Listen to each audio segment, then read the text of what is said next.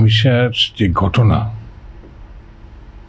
এর আগেও অনেক শিশু নির্যাতিত হয়েছে, অপমানিত হয়েছে, ধর্ষিত হয়েছে। সর্বশেষ রামিসা আমাদের বর্তমান প্রেক্ষাপটে একের মুখোমুখি দাঁড় করিয়ে দিয়েছে। আমরা কতটা নৈতিকতাহীন, কতটা পদশৃঙ্খল, কতটা নিচে নেমছে জাতিগতভাবে, এই জিনিসটা বিশেষ করে আমি ব্যক্তিগতভাবে এই ঘৃণ্য কাজের মুখোমুখি আমার সমস্ত ভাষায় হারিয়ে গেছে।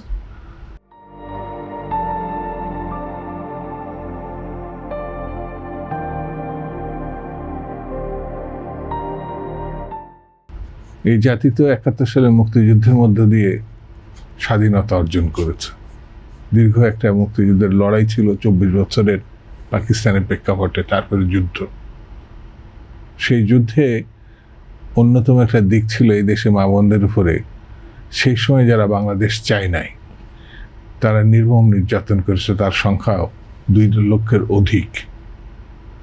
তো স্বাভাবিক কারণে যারা এই নির্যাতন করেছিল তাদের হাত থেকে যখন স্বাধীনতা অর্জন, অর্থাৎ তাদেরকে পরাজিত করে, হত্যাকারী নির্যাতনকারীদেরকে পরাজিত করে স্বাধীনতা অর্জন করছে, তখন স্বাভাবিক কারণেই আমরা ভেবে নিতে পারি যে এই সব ঘটনা ভবিষ্যতে ঘটবে বা এই বড় মাপের ঘটবে, এইগুলো কেউ প্রত্যাশা করেনি বা ভাবেও নাই।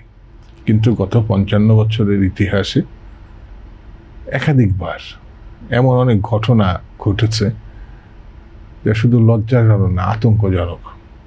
এই সমাজ সভ্যতার ন্যূনতম সামান্যতম কোনো কিছু আছে, এটাও অনেকে ভাবতে পারে নাই।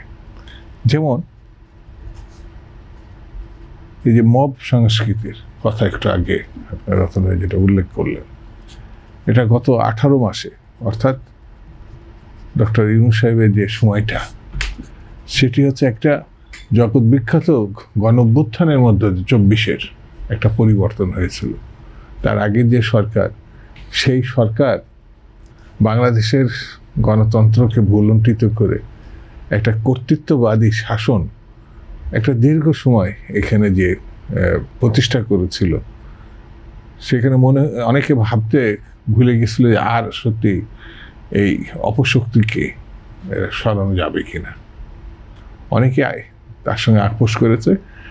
খুব একটা ছোট অংশ, যেটা বিএনপি নেতৃত্বে বিভিন্ন রাজনৈতিক দল, শত নির্যাতন, গুম, খুন, হামলা, মামলা, এটা হওয়ার পরও রুখে দাঁড়ানোর চেষ্টা করেছে। আলটিমেট ২৪-এর গণঅভ্যুত্থান, ৫ই আগস্ট। সেই গণঅভ্যুত্থানের পরে ভালো একটি পরিস্থিতি তৈরি হবে, গণতান্ত্রিক অর্থাৎ আইনের শাসন প্রতিষ্ঠার একটা সম্ভাবনা দেখা দেবে, এটাই তো মানুষ প্রত্যাশা করেছিল। কিন্তু আমরা দেখেছি ১৮ মাসে জগৎ বিখ্যাত এনজিও ব্যক্তিত্ব ডক্টর ইউনূসের সময় মব জাস্টিসের নামে, দেশটাকে জাস্টিস বলা ঠিক হবে না, এটা একেবারে পুরোপুরি সন্ত্রাসী একটা ঘটনা। এমনকি সরকারের পক্ষ থেকে ডক্টর ইউনূস এবং ইউনূসের কিছু সহযোগী উপদেষ্টা এটাকে এক ধরনের বৈধতা দিয়ে দেওয়া হয়েছিল, যে কারণে ওই সময় যারা গণঅভ্যুত্থানের নায়ক হিসাবে চিহ্নিত হয়েছিল, যাকে খুশি যেভাবে ট্যাগ দিয়ে দেওয়া এবং তারপর আক্রমণ, অপদস্থ, দখলনামা, এগুলো আমরা দেখছি কম বেশি। সেই অস্থির সময়টার ভিতর থেকে ১৮টি মাস মানুষ পেরিয়েছে, যা ভেবেছিল গণঅভ্যুত্থানে যারা এই গণঅভ্যুত্থানের সঙ্গে একটা তরুণ সমাজ, যাদেরকে আমরা খুব সম্মানের আসনে বসাইছিলাম, তরুণ হলো যাদের ইতিহাসের একটা মহান দায়িত্ব পালন করছে, তারাও নিজেরাই বিতর্কিত করে ফেলে। কাউকে যা খুশিভাবে ওই ট্যাগ দেওয়ার পরে তারপর শুধু আক্রমণ না, খুনও করা হয়েছে ওই সময়গুলোতে। তার থেকে মুক্তি পাওয়ার জন্য একটি নির্বাচনের খুব জরুরি প্রয়োজন ছিল, যেটা গত ১২ই ফেব্রুয়ারিতে নির্বাচন হয়েছে। এখন গণতান্ত্রিক একটি সরকার। এখন এই গণতান্ত্রিক নির্বাচিত সরকারের আমলে যারা সরকার অর্থাৎ বিএনপি, আমি নিজে যে দলের সঙ্গে যুক্ত, মানে প্রতিষ্ঠাকাল থেকে, ছাত্র জীবন থেকে, স্বাভাবিক করেন সেই দল ক্ষমতায় আনার জন্যে বিএনপির অসংখ্য নেতাকর্মী গুম হয়ে গেছে, মারা গেছে, মামলা হামলায় শিকার হয়েছে, জেল খেটেছে। এই যে আমাদের ইলিয়াস আলী, ছাত্র দলের এক সময় সে সেক্রেটারি দায়িত্ব পালন করছে, সে একাধিকবার এমপি নির্বাচিত হয়েছে, পরবর্তী সময় বিএনপির সাংগঠনিক সম্পাদক হয়েছে। তাকে নিয়ে কোথায় যে গুম করে ফেলে, আজ পর্যন্ত ফেরত আসে, অনেকে ফেরত আসে, কিন্তু সে আর ফেরত আসে নাই। এই শাসনকালটা যখন আমরা আলোচনা করতে চাই, এটা তো অল্প কথায় বলা খুব মুশকিল। তারই পরিবর্তিত অবস্থার জন্যই তো আজকের এই জায়গায় বাংলাদেশ এসছে। সেই বাংলাদেশে যখন প্রত্যাশা মানুষ করবে, সরকারের কাছে অনেক কিছু চাইবে, অনেক কিছু প্রত্যাশা করবে, এটা স্বাভাবিক।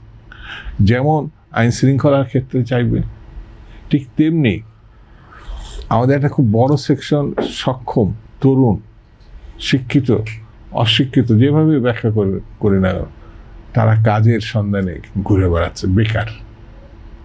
এবং যে কারণে বিএনপি ক্ষমতায় আসার আগে আন্দোলনের মধ্যে কিন্তু এই কথা আমরা বলেছিলাম যে বছর খানিকের মধ্যে বিএনপি অন্তত 1 কোটি মানুষের কাজের সংস্থান করবে। তার মানে আমরা ধরে বলতে পারি যে এরা বেকার ছিল। সেটাও কি, সেই চাপটাও কিন্তু এই সরকারকে নিতে হচ্ছে। খাদ্যদ্রব্যের যে চোরা কারবানি বা মজুতদারি, যেভাবে ব্যাখ্যা করেন না এখন, মানুষ বাজারে গেলে সেটা কিন্তু এখন অনুভব করছে যে জিনিসপত্রের অনেক দাম বেড়ে গেছে। তারপরেও কিন্তু এখনো পর্যন্ত আমি যেটা ভাবে বুঝি, এই সরকারের প্রতি মানুষের আস্থা, বিশ্বাস, সম্মান, ভালোবাসা সবই এখন